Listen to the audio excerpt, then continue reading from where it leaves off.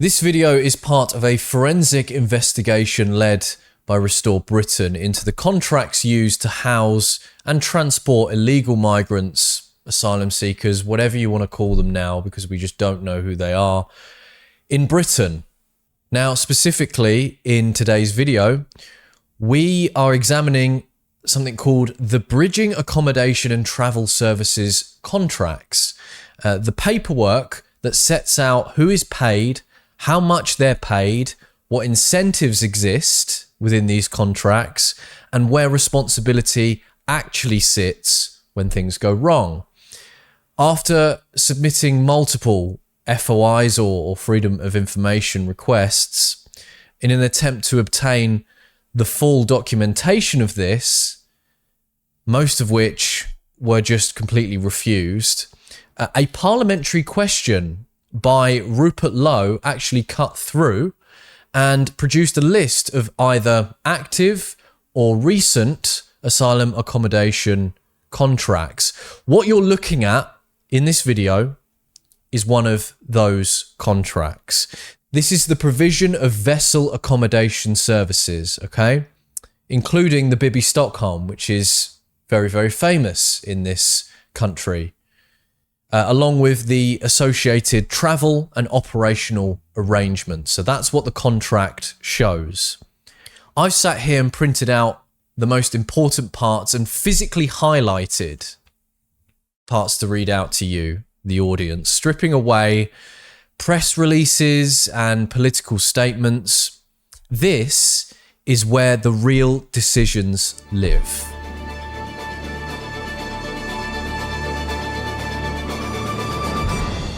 Let's not waste any time. So on Contracts Finder, the provision of Bridging Accommodation and Travel Services contract that you can see on your screens right now.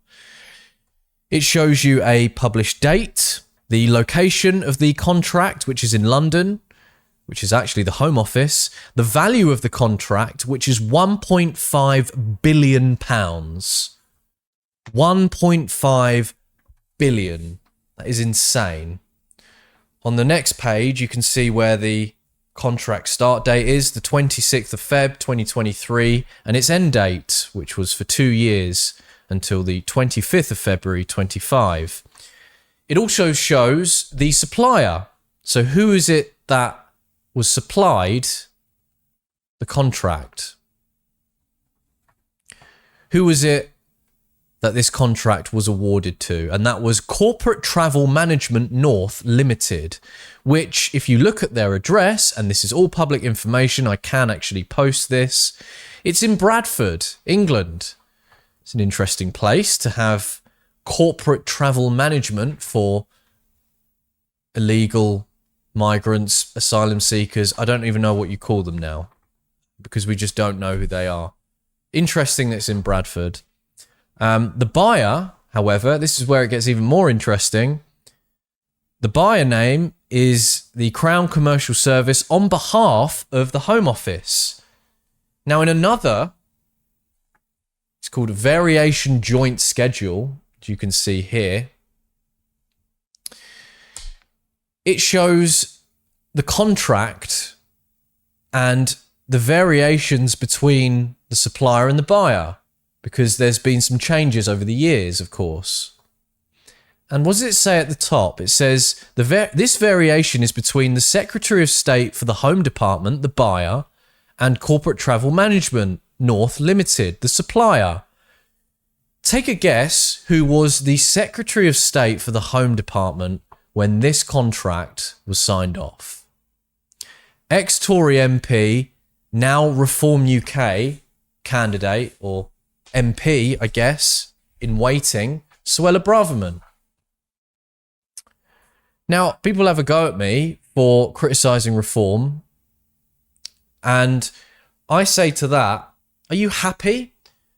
Are you happy that the same people that are signing off billions of pounds in contracts from the Home Office to all these different NGOs, limited companies that provide services to illegal migrants across this nation? Are you happy about that? the same architects that signed this off. So when people have a go at me for criticising reform, I don't actually care anymore because I'm not happy. And there's a reason why people are pissed off with reform and the way that it's gone. And all these defections from the failed Conservative Party. It has become the uni party now, as it stands. So I haven't got a problem with criticising reform, obviously. Okay. Anyways, moving on. The proposed variation is the provision of vessel accommodation services, as I've shown here on the screen. And it shows the supplier has agreed to provide the services set out at Annex A of this order form, the vessel accommodation. If you want to know about pricing details, however, in a file called Annex C, well, I can show you. It's a massive redacted. Lovely bit of transparency. We love it. We love to see it. Completely redacted. Nobody knows. What I'm about to show you now is the crux of this video. This is where all the, I guess, juice is, if you want to call it that. And it's this heap of documents. It's 18 pages. We're going to go through just a few highlights throughout all of these. And it's Annex A, Vessel Accommodation Services. You can see at the top there. It's sensitive. And because of Rupert Lowe's PQ, a Labour minister gave us this list and gave us access to these documentations of the contracts and put it together. Some people were saying, well, hang on a minute, isn't this old news? Bibby Stockholm, that's old news. What are you talking about? Like, we've done this. We've been over this so-and-so, like, over and over again. No, wrong, actually. This is the first time we're actually getting very, very intricate details and being able to picture this and put this together. So, Annex A, Vessel Accommodation Services. If we skip to the next page, you'll start to see contract references and specific requirements.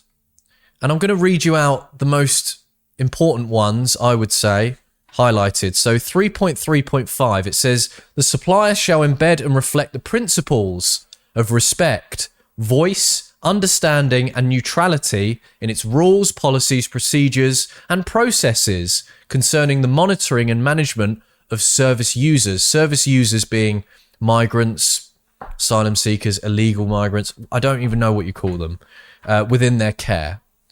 Then if you go down to accommodation provision, 3.4.4, the supplier shall allow service users to personalise their private spaces to a reasonable extent that does not cause damage to the vessel accommodation. So the illegals get to just rearrange their private spaces, personalise them however they like. The supplier shall provide adequate bed linen and bath towels for all service users in line with the weather conditions. The supplier shall ensure bed linen and bath towels are replaced for new service users when a change in cabin occupancy occurs. Next, the supplier shall ensure that there are sufficient bathrooms and they are fully equipped to enable service users to maintain personal hygiene and comply with all relevant health and safety standards. Next one, it says, the supplier shall ensure the provision of secure storage facilities for service users to store their belongings. For food and drink, in the catering requirements section, it says the supplier shall provide a varied daily menu that meets the needs of all individuals for all dietary, cultural, religious and medical needs. This menu must be developed through working with a cultural advisor and must be approved in advance of use by the buyer. I didn't know that they had cultural advisors. I don't know what that looks like. Who's paying for cultural advisors? Very bizarre. That's another FOI I'm going to look into, I think. It continues by saying, each service user with 3 balanced nutritious meals a day, normally breakfast, lunch and dinner, as defined and updated from time to time by the Food Standards Agency, or FSA.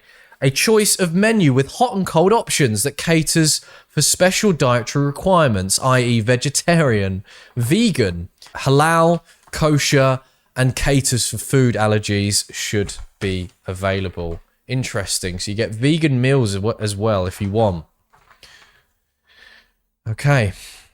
Cleaning room requirements. It says the supplier shall ensure service user cabins are cleaned on a twice weekly basis. That must be expensive. Of course it is. It's 1.5 billion spent on this contract. Laundrette provision. The supplier shall change and launder all service user bed sheets and towels on a weekly basis as a minimum. The supplier shall offer a housekeeping laundry service to all service users with a maximum turnaround of 48 hours. And it continues, the supplier shall ensure that a welcome pack is present in every cabin prior to service user arrival. Want to know how much the welcome packs cost? The supplier shall ensure the welcome pack includes, but is not limited to, telephone numbers of local support groups, faith groups, the Samaritans, local prescription services, and any other helpful numbers. Details of food and refreshments available, including meal times and location. Contact details for the contracted venue and security support. Guidelines on the service user's conduct whilst on the vessel. Information on the type, quality and standards of services service users can expect, as well as behavioural expectations, rights, responsibilities and obligations and of service users. I want to know what it means by behavioural expectations. What does that look like? Is it cultural? The behavioural expectations, the change of one alien culture to another? Showing or showcasing things that you can and can't do? I wonder. Something to find out, something to dig a lot deeper on. This is another one. Information on how and where service users can use their ASPEN card or ASPEN card and process of issuing said cards. This information shall be provided by the buyer, who is the Home Office, to the supplier, which is this Corporation Travel Limited, in advance. So there you have it, black and white there. There are some people online, illegal deniers, I think you can call them, who say that no, they're not, like the illegals aren't given prepaid debit cards, that doesn't exist. Well, there it is in black and white in the contract. We all knew this, but it's good to have it in black and white. It continues by saying the supplier shall ensure all service users are provided with toiletries, including toothpaste, toothbrush, soap, shower gel, shampoo, feminine hygiene items if required. Yeah, they put if required because over 80% of them, roughly, are fighting age men between the ages of 18 to 35. So, and don't forget male shaving items, disposable razors and shaving soap. Faith and worship requirements. The supplier shall ensure designated multi-faith rooms or room are provided and accessible 24/7 to service users to undertake religious prayer. The supplier shall proactively monitor the service users within their care with specific needs or who may be at risk, ensuring appropriate mitigation against any indicators of risk via referring service users to specialist safeguarding services should any issues arise. I have a bet that this is way more than what veterans get, surely. The supplier shall immediately inform the buyer, so that's the Home Office, if any supplier staff believes or suspects a service user has risks or is demonstrating risk indicators in accordance with guidance provided by the buyer. This really, really helps with narrowing FOIs and getting aggregate data on things such as how many times has a service user because we can use their language against them, has risks or is demonstrating risk indicators. Give me the aggregate data. We can now do that because we can use their language. This is great, but it's not great, of course.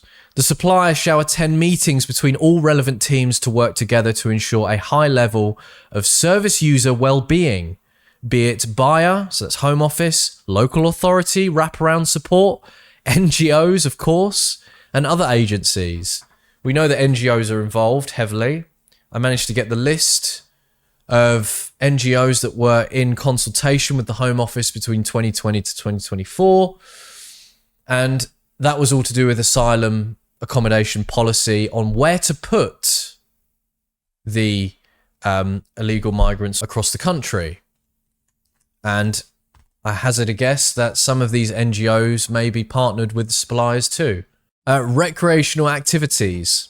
The supplier shall encourage and provide all service users with an opportunity to participate in meaningful activities which reflect the age, gender, cultural and ethnic needs of a diverse population and length of their stay on the vessel. Okay. The supplier shall provide a program of organised recreational activities for service user 7 days a week.